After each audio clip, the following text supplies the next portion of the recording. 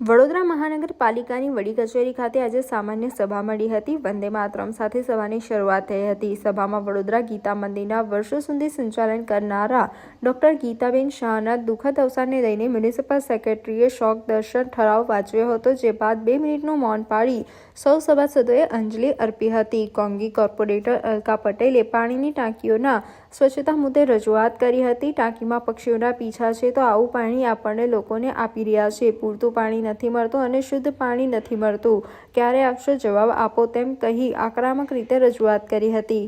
પાણી એકદમ લો પ્રેશરથી આજ ઘણીવાર વારંવાર સભા હોય ત્યારે હું રજૂઆત કરતી હોય છે। ગંદુ પાણી લો પ્રેશરથી પાણી આવે છે, લોકોના સ્વાસ્થ્યની સાથે ચેડા થતા હોય ને એવું લાગે છે મને। કારણ કે પહેલાં આવતું હતું મછલીવાળું પાણી આવ્યું, ઝીંગાવાળું પાણી આવ્યું, હવે આ વખતે આવ્યું તો પક્ષીઓના પીછા।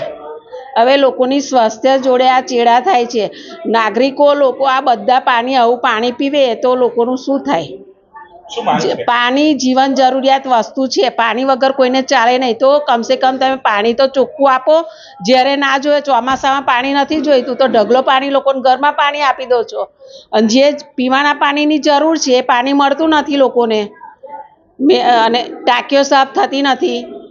2019 માં ટાંકી સાફ થઈ હતી, ત્યાં આજ દિન સુધી હજુ ટાંકી સાફ થઈ નથી।